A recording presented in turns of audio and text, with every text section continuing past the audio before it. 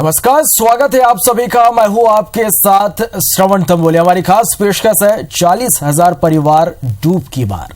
मध्य प्रदेश में फिर एक बड़े विस्थापन की तैयारी हो चुकी है।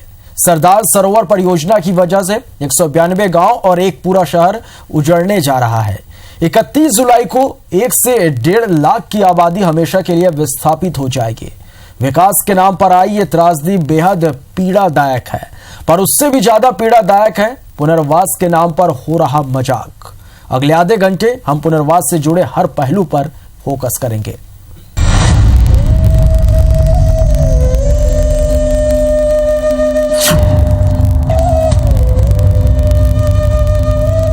तो IBC 24 ने ग्राउंड जीरो में पहुंचकर विस्थापन की पीड़ा को समझने की कोशिश की है। वहां से जो कुछ हमने पाया वो अब आपके सामने रखने वाले हैं। सबसे पहले ये जानते हैं कि क्यों, कहां, किनका और किस पैमाने में विस्थापन होने वाला है।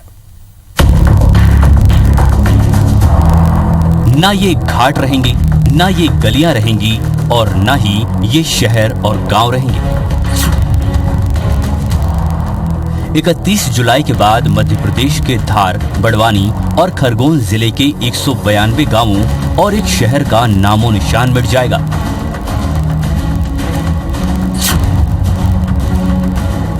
इसकी वजह है सरदार सरोवर परियोजना।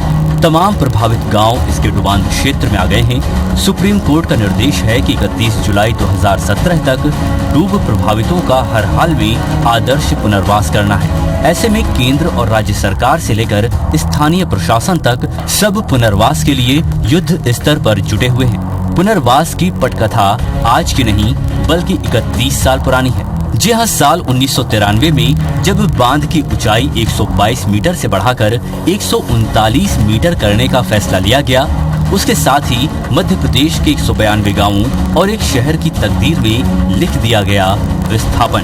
1993 में ही प्रभावितों के लिए मुआवजे की घोषणा कर दी गई, जबकि 2001 में मुआवजे के वितरण के साथ ही पुनर्वास स्थल की परिकल्पना होने लगी।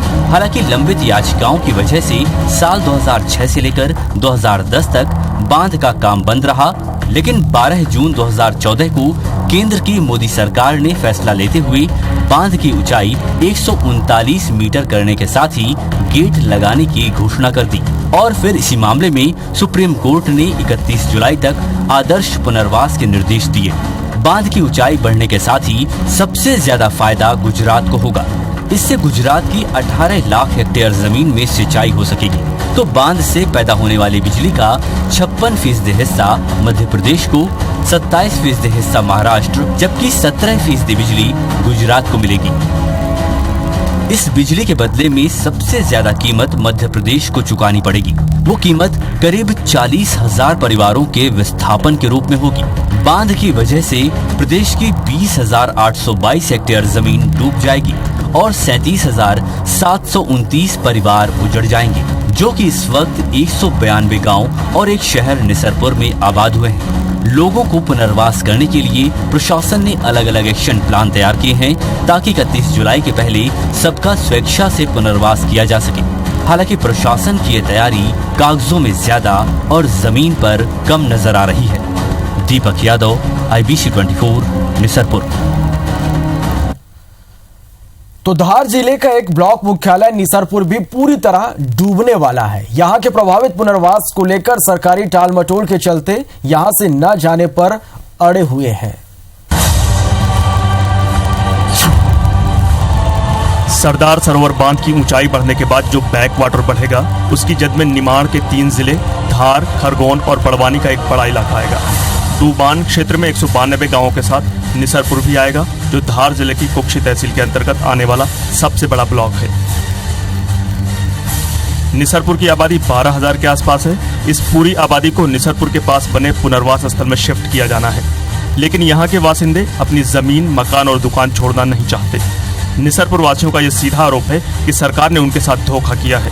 उनकी सीधी मांग ये है कि आदर्श पुनर्वास यानी पर्याप्त मुआवजे के साथ उन्हें नई जगह पर सभी बुनियादी सुविधाएं दी जाएं, क्योंकि सरकार ने उन्हें 15 साल पहले जो मुआवजा आवंटित किया था उसका कोई मोल नहीं है। दूसरी ओर अब भी शिकायत निवारण केंद्र में मुआवजे से जुड़ी 7,000 से ज्यादा शिकायतें लंबित है। निसरपुर के 80% परिवार अब तक पुनर्वास स्थल पर अपने मकान नहीं बना पाए हैं। सरकार उन्हें 10 बाई 20 फीट के टीन शेड में रहने के लिए मजबूर कर रही है।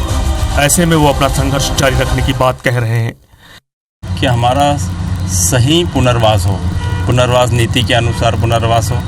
जो इन्होंने कहा है कि आदर्श पुनर्वास करके देंगे, तो वो आदर्श पुनर्वास हमको कर दे, बस उसी के तहत हम बैठे हैं यहाँ।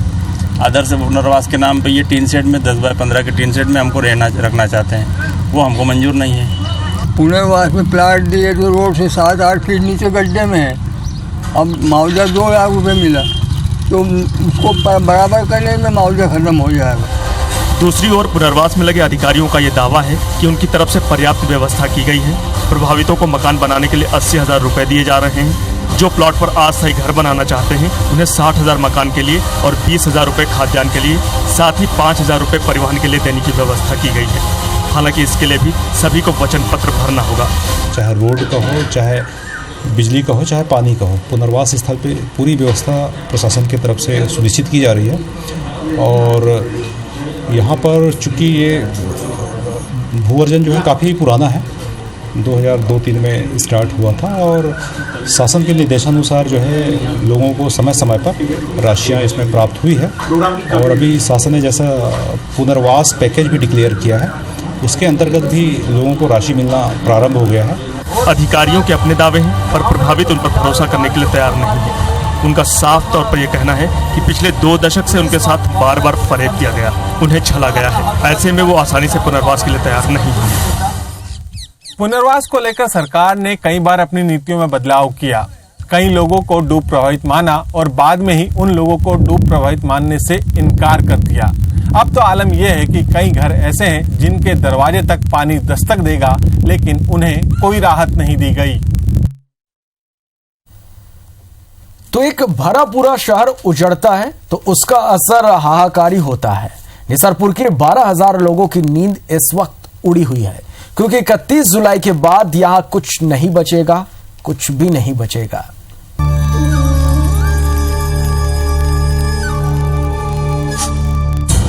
नर्मदा नदी के किनारे बसा निसरपुर। निसरपुर की ये गली में मौजूद ये टूटा फूटा मकान। 90 साल की बुजुर्ग यशोदा यहां रहती हैं।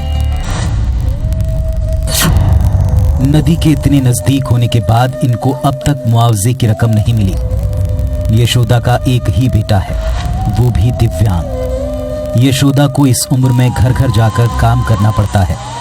जो थोड़े बहुत रुपए मिलते हैं, बस उसी से गुजर बसर हो रही है। घर में कोई दस्तक देता है तो उन्हें लगता है कि कोई सरकारी बाबू आया है, शायद थोड़ी सी मदद मिल जाए। पर इतने सालों से मुआवजे का सिर्फ इंतजार ही हुआ है। अब यशोदा को ये डर सता रहा है कि 31 जुलाई के बाद इनका क्या होगा। ये जगह छोड़नी पड़ेगी? तो छोड़ना पड़ेगी बेटा, सब भगाएंगे तो भगना पड़ेगा अपने को। कहाँ जाओगे? वहाँ बसावन में। ये जो जगह है ये आपकी है ना, ये वाली? तब क्या करें बेटा, जगह अपनी है तो क्या करें, अपने बांधे जाके वो तो निकालेंगे, क्या रहने देंगे। बहुत मुश्किल से घर जोड़ा बेटा। एक आने में तुम्हारे बाद दाढ़ी बनाते थे, एक आने में। निसरपुर के 365 घर ऐसे भी हैं जिन्हें पहले तो डूब प्रभावित माना गया, लेकिन हाल के दिनों में हुए वाटर लेवल सर्वे के बाद उनको प्रभावितों की लिस्ट से हटा दिया, जबकि इन घरों से लगे दूसरे घरों को डूब क्षेत्र में शामिल किया गया। ऐसे में अब इन लोगों के सामने परेशानी खड़ी हो गई है, जबकि उनके घर से कुछ ही फीट की दूरी पर जल भराव रहेगा। वो कैसे रह पाएंगे वहां? इसके अलावा कई किसान ऐसे हैं जिनकी जमीन टापू में तब्दील हो जाएगी और वो अपने खेतों तक नहीं पहुंच सकेंगे। पानी पास में रहेगा, साहब मकानों के पास में रहेगा, पानी रहेगा। तो मेरा निवेदन ये है कि 365 परिवार वालों को ये पानी भरने के बाद मगरमच्छ आएंगे तो उनके खाने पीने की व्यवस्था के लिए 365 परिवार वालों को छोड़ दिया गया। लब्बो-लुबाब ये कि जिसे सरकारी तौर पर आदर्श पुनर्वास पॉलिसी कहा जाता है, उसमें तमाम विसंगतियां हैं।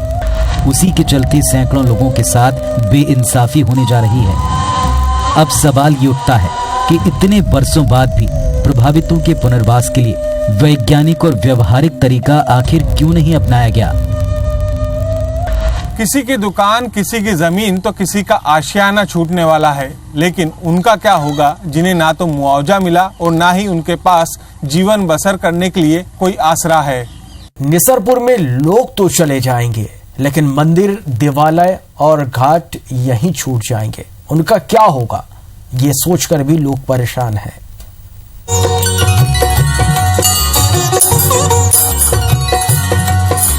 निसरपुर का प्रमुख तीर्थ स्थल है कोटेश्वर घाट।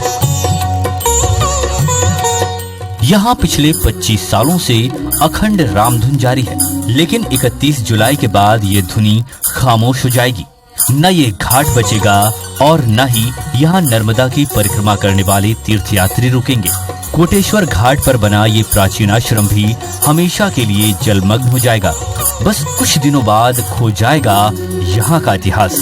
कोटेश्वर घाट का अपना अलग महत्व है, लेकिन सरकार ने दूर पहाड़ी पर आश्रम के लिए जगह दी है, वो भी पर्याप्त नहीं है। हम कहते हैं कि हमारे पास 50-60 मनुष्य स्थायी रहते हैं और यहाँ भागवत होती है 12 महीने में 2 बार।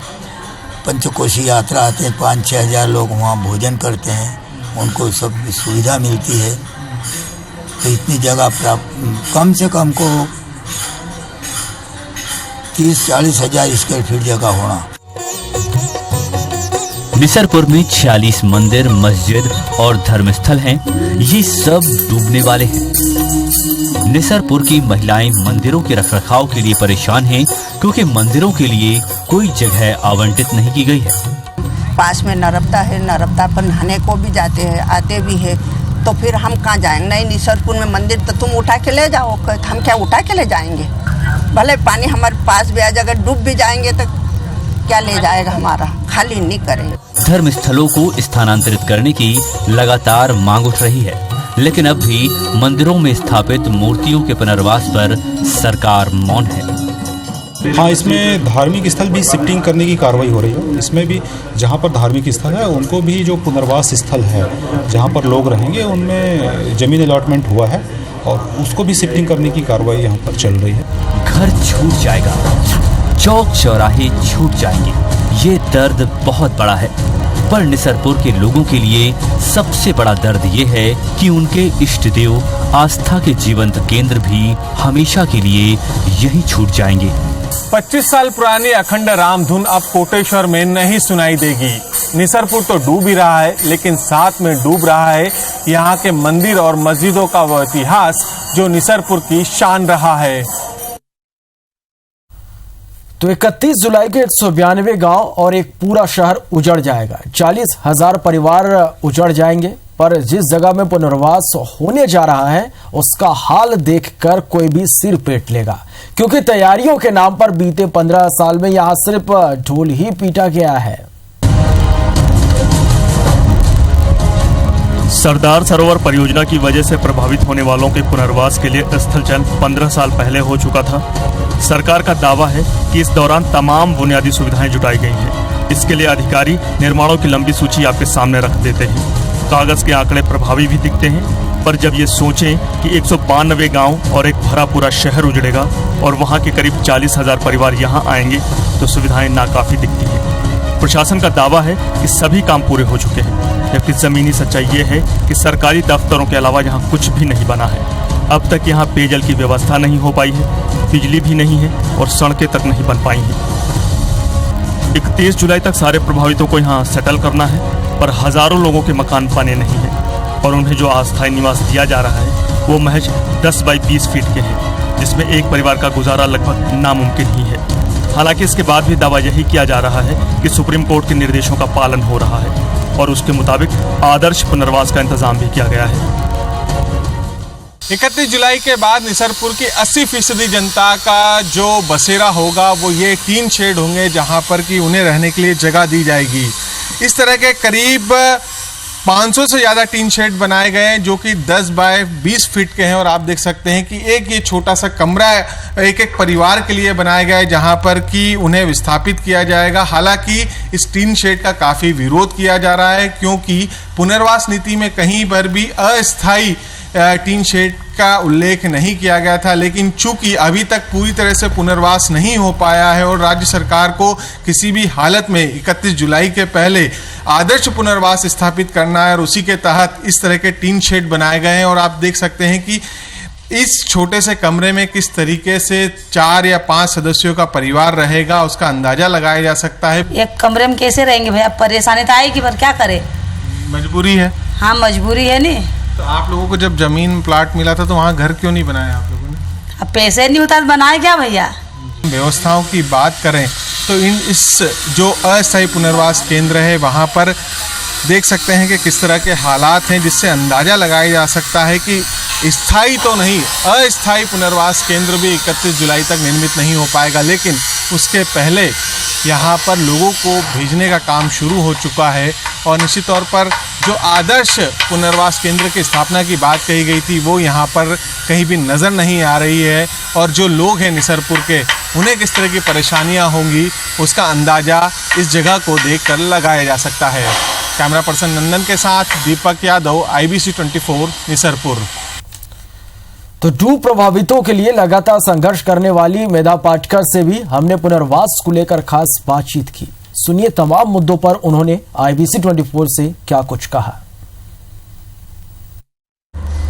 31 जुलाई वो आखिरी तारीख है जिसके पहले सरदार सरोवर बांध के प्रभावित जो ग्रामीण है 192 गांव और 1 नगर को पूर्ण रूप से आदर्श पुनर्वास की स्थापना करनी है, लेकिन हकीकत कुछ और है। और इन्हीं लोगों की मांग को लगातार समाज सेविका मेधा पाटकर जी पूरे मुद्दे को उठा रही हैं और उन्हीं से जानने की कोशिश करते हैं कि किस किस तरह की विसंगतियां हैं पुनर्वास में। देखिए, नर्मदा घाटी के गुजरात में बने सरदार सरोवर बांध के गेट्स मोदी सरकार सत्ता में आने के बाद निर्णय लेकर अब बंद कर चुके हैं। उसके कारण बांध की ऊंचाई 138.68 मीटर पर जाने वाली है। पानी उतना भरने वाले हैं ऐसा इनका कहना है, लेकिन किसी की भी संपत्ति बिना संपूर्ण पुनर्वास डूब में नहीं जा सकती। ये ट्रिब्यूनल का फैसला यानी कानून है। 2 सुप्रीम कोर्ट के फैसले हैं 2000-2005 के। 2017 के फैसले में सुप्रीम कोर्ट ने कहा कि जिनको जमीन देनी थी सरकार डूबी हुई जमीन को भी मंजूर नहीं कर रही है, तो जिनको जमीन नहीं मिली है ऐसे सब लोग अपना दावा करें। उनकी संख्या 681 बताई गई और उनको 5.5 लाख रुपया मध्य प्रदेश दे रही थी, उसके बदले 60 लाख रुपया दे रही। अभी तक ये 60 लाख रुपया सभी लाभार्थियों को मिले नहीं है। सुप्रीम कोर्ट ने तो अपनी अंतिम तारीख तय कर दी है। इंदौर हाई कोर्ट से भी याचिका की सुनवाई नहीं की गई, उसे रिजेक्ट कर दिया गया है। लेकिन 31 जुलाई के बाद किस तरीके से आप लोग अपने आंदोलन को बढ़ाएंगे, किस स्थिति तक ले जाएंगे? पहले तो आपने जो कहा वो सरकार का कहना है, पर जो आधा अधूरा है। सुप्रीम कोर्ट ने 4 बातें कही है। एक तो उन्होंने कहा किसको 60 लाख का पैकेज देना जिसको ज़मीन मिलनी है, पर वो भी 60 लाख देना था 1 महीने के अंदर, पैसा आना था, भुगतान करना था। अभी तक सैकड़ों या कुछ हज़ार फाइलें पड़ी है, प्रलंबित है। जो 15 लाख का पैकेज देना था उससे तो लोग 1 एकड़ जमीन खरीद पाए तो बहुत हो गया। तीसरी बात सुप्रीम कोर्ट ने कही कि ये जो आंकड़े हैं वो अंदाजित आंकड़े हैं सरकार की फैक्टशीट के आधार पर। इसके अलावा के जो लोग होंगे उनको भी कागज दिखाकर साबित करके हक मिलेगा, वो अभी तक नहीं हुआ है। चौथी बात सुप्रीम कोर्ट ने कही कि पुनर्वास स्थल पर, हर पुनर्वास स्थल पर ट्रिब्यूनल में लिखा है वो हर सुविधा होनी चाहिए। उसमें पेयजल से लेकर ड्रेनेज लाइंस, पाइपलाइंस से लेकर हर भवन, रास्ते, सब कुछ होना है। आज ऐसी स्थिति होते हुए केवल 1% सुप्रीम कोर्ट का अधोरेखित करते हुए बताना कि 31 जुलाई तक हटना है और नहीं हटे तो हटाना है, ये बात हमको मंजूर नहीं है। निश्चित तौर पर अभी तक आदर्श पुनर्वास की स्थापना नहीं हो पाई है। तारीख नज़दीक आ चुकी है, सरकार अपनी बातों पर अड़ी है, लेकिन कहीं ना कहीं जो हकीकत है उसे बदलने की बहुत ज़रूरत है। नहीं तो कई ऐसे यहाँ के ग्रामीण हैं, कई ऐसे रहवासी हैं जो अपनी आजीविका से, जो उनका जीवन यापन का सोर्स है, जो स्रोत है, वो पूर्ण रूप से यहाँ पर ख़त्म हो जाएगा। और कहीं ना कहीं आने वाले दिनों में निमाड़ क्षेत्र का जो दृश्य है वो बहुत ही भयावह हो सकता है। कैमरा पर्सन नंदन के साथ दीपक यादव, IBC 24 बड़वानी। तुम्हारी खास पेशकश में इतना ही। दीजिए इजाजत, नमस्कार।